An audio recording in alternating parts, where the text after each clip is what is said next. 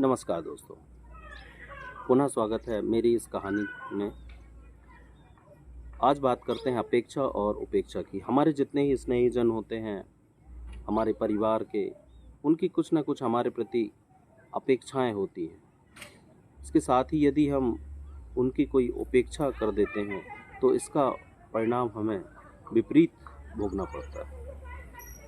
एक छोटी सी कहानी महाभारत काल की।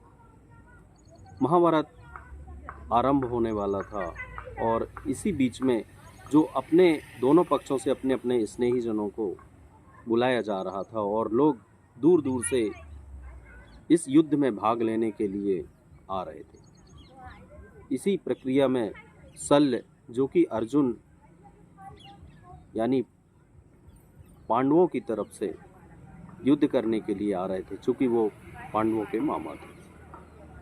पर जितने भी युद्ध करने आ रहे थे, उस तरफ से बीच बीच में रास्ते में कहीं ना कहीं कुछ व्यवस्थाएं, खाने की चीज़ें, उनके ठहरने की, रुकने की व्यवस्थाएं दोनों पक्ष से की जाती थी।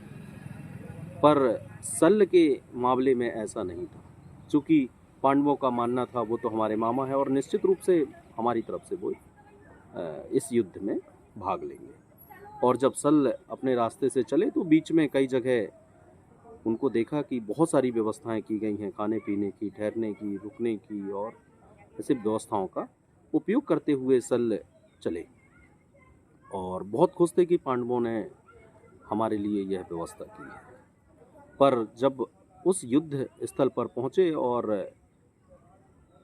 सच्चाई का पता चला कि यह व्यवस्था पांडवों की तरफ से नहीं बल्कि दुर्योधन की तरफ से, कौरवों की तरफ से की गई है, तो उस व्यवस्था का चूंकि उपयोग शल्य ने किया था, तो इसीलिए वो इस दबाव में आकर या इस उपेक्षा को